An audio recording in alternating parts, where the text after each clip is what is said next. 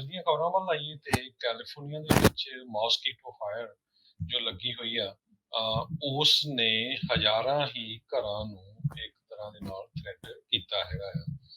70 Square mile ਦੇ ਵਿੱਚ ਇਸ ਟਾਈਮ ਫੈਲੀ ਹੋਈ ਆ। ਸਿਰਫ 10% ਇਹ ਫਾਇਰ ਜੋ ਆ ਕੰਟੇਨ ਹੋਈ ਹੈਗੀ ਆ। ਗ੍ਰਾਸ ਤੋਂ ਇਹ ਸ਼ੁਰੂ ਹੋਈ ਸੀ, ਬਿਗ ਟਰੀਜ਼ ਤੱਕ ਚਲੇ ਗਈ। ਹੈਲੀਕਾਪਟਰਸ ਵਾਟਰ ਡ੍ਰੌਪ ਕਰ ਰਹੇ ਆ ਇਸ ਨੂੰ ਜਲਦੀ ਬੁਝਾਉਣ ਦੇ ਲਈ, ਪਰ ਜਿਸ ਤਰ੍ਹਾਂ ਮੈਂ ਤੁਹਾਨੂੰ ਦੱਸਿਆ ਹੀ ਆ ਵੀ ਸਿਰਫ 10% ਹੀ ਕੰਟੇਨ ਹੋਈ ਆ। 5800 ਬਿਲਡਿੰਗਾਂ ਤੇ 11,000 ਰੈਜ਼ੀਡੈਂਟਸ, ਉਹਨਾਂ ਨੂੰ ਇਹ ਕਿਹਾ ਗਿਆ ਆ ਵੀ ਇੱਥੋਂ ਇਵੈਕੂਏਟ ਕਰ ਜਾਓ। 5800 ਬਿਲਡਿੰਗ ਜਿਹੜੀਆਂ ਹੈਗੀਆਂ ਆ ਉਹ ਪਲੇਸਰ ਤੇ ਐਲਡਰਾਡੋ ਕਾਉਂਟੀਜ਼ ਦੇ ਵਿੱਚ ਹੈਗੀਆਂ ਆ। 11,000 ਰੈਜ਼ੀਡੈਂਟਸ ਇਹਨਾਂ ਬਿਲਡਿੰਗਸ ਦੇ ਵਿੱਚ ਰਹਿਣ ਵਾਲੇ, ਉਹਨਾਂ ਨੂੰ ਕਿਹਾ ਵੀ ਇਮੀਡੀਏਟਲੀ ਇੱਥੋਂ ਮੂਵ ਹੋ ਜਾਓ। ਟੂਰ ਦੇ ਤਾਹੋ ਇੱਕ ਟੂਰ ਸੀਗਾ ਬਾਈਸਾਈਕਲ ਰਾਈਡ ਦਾ, 72 ਮੀਲ ਦੀ ਰਾਈਡ ਲੇਕ ਤਾਹੋ ਨੂੰ ਜਾਣੀ ਸੀ, ਜਿਹਦੇ ਵਿੱਚ ਪਾਰਟੀਸਪੇਟ ਕਰਨਾ ਸੀ, ਉਹ ਇਹ ਕੈਂਸਲ ਕਰ ਦਿੱਤੀ ਗਈ ਹੈ ਫਾਇਰ ਕਰਕੇ। ਜੀ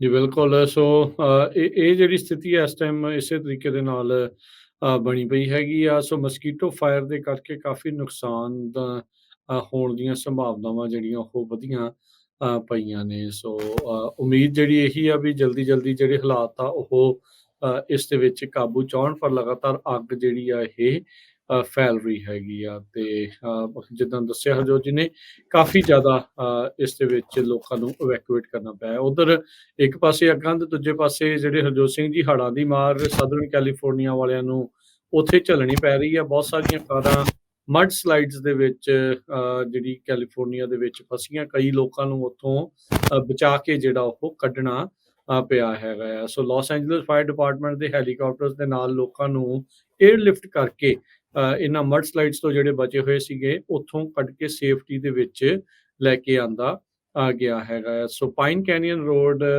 ਦੇ ਵਿੱਚ 50 ਦੇ ਤਕਰੀਬਨ ਲੋਕ ਕਹਿੰਦੇ ਵੀ 2 ਦਰਜਨ ਕਾਰਾਂ ਦੇ ਵਿੱਚ ਮਡ ਸਲਾਈਡ ਦੇ ਕਰਕੇ ਫਸੇ ਪਏ ਸੀ। ਆਪਾਂ ਬੀਤੇ ਦਿਨਾਂ ਦੇ ਵਿੱਚ ਵੀ ਇਹ ਚਿੰਤਾ ਜਿਹੜੀ ਉਹ ਜ਼ਾਹਰ ਸੀਗੀ ਵੀ ਖੁਸ਼ਕ ਪਹਾੜੀਆਂ ਦੇ ਵਿੱਚ ਜਦੋਂ ਅਚਾਨਕ ਬਹੁਤ ਜ਼ਿਆਦਾ ਮੀਂਹ ਪੈਂਦਾ ਆ ਤੇ ਮਡ ਤੇ ਡੈਬਰੀ ਫਲੋ ਜਿਹੜੀ ਉਹ ਜ਼ਿਆਦਾ ਹੋ ਸਕਦੀ, ਜਿਸ ਕਰਕੇ ਇਹ ਨੁਕਸਾਨ ਹੋਇਆ ਆ।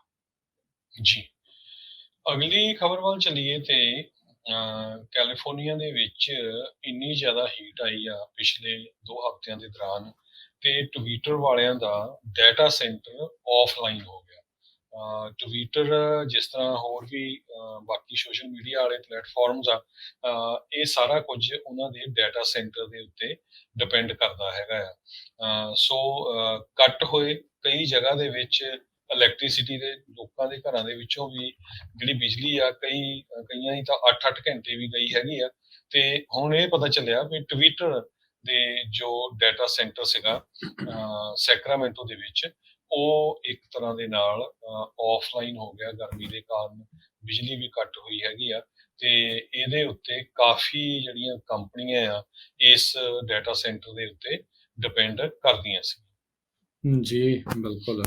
ਅਗਲੀ ਜਿਹੜੀ ਹਰਜੋਤ ਸਿੰਘ ਜੀ ਗੱਲ ਕਰਦੇ ਜਾਈਏ, ਜਸਟਿਸ ਡਿਪਾਰਟਮੈਂਟ ਨੇ 40 ਸਬਪੀਨਾ ਜਿਹੜੇ ਆ ਉਹ ਇੱਕ ਹਫ਼ਤੇ ਦੇ ਵਿੱਚ ਇਸ਼ੂ ਕਰ ਦਿੱਤੇ ਆ। 6 ਜਨਵਰੀ ਦੀ ਇਨਵੈਸਟੀਗੇਸ਼ਨ ਜਿਹੜੀ ਚੱਲ ਰਹੀ ਹੈਗੀ ਆ, ਉਸ ਦੇ ਬਾਬਤ ਇਹ ਜਿਹੜੇ ਸਬਪੀਨਾ ਆ ਉਹ ਘੱਲੇ ਗਏ ਹੈਗੇ ਆ। ਸੋ ਅੱਜ ਜਿਹੜੇ ਰਾਸ਼ਟਰਪਤੀ ਸਾਬਕਾ ਰਾਸ਼ਟਰਪਤੀ ਟਰੰਪ ਆ, ਉਹ ਦੇਖੇ ਗਏ ਸੀਗੇ ਵਾਸ਼ਿੰਗਟਨ DC ਦੇ ਵਿੱਚ ਵੀ। ਉਸ ਤੋਂ ਬਾਅਦ ਕਈ ਤਰੀਕੇ ਦੀਆਂ ਜਿਹੜੀਆਂ ਕਿਆਸ ਰਹੀਆਂ ਆ ਉਹ ਚੱਲਦੀਆਂ ਰਹੀਆਂ ਹੈਗੀਆਂ ਆ।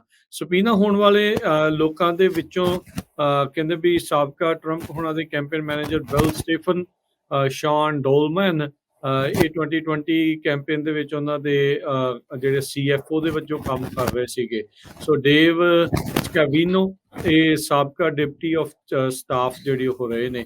ਸੋ ਕੁੱਲ ਮਿਲਾ ਕੇ ਕਹਿੰਦੇ ਵੀ 30 ਤੋਂ ਵੀ ਵੱਧ ਲੋਕਾਂ ਨੂੰ ਜਿਨ੍ਹਾਂ ਦੇ ਕਨੈਕਸ਼ਨ ਹੈਗੇ ਟਰੰਪ ਹੋਣਾ ਦੇ ਨਾਲ, ਉਹਨਾਂ ਨੂੰ ਜਿਹੜੀ 6 ਜਨਵਰੀ ਦੀ ਇਨਵੈਸਟੀਗੇਸ਼ਨ ਦੇ ਮਾਮਲੇ ਦੇ ਵਿੱਚ ਸਬਪੀਨਾਜ਼ ਹੁਣ ਘੱਲੇ ਗਏ ਨੇ ਉਸ ਕਮੇਟੀ ਦੇ ਦੁਆਰਾ।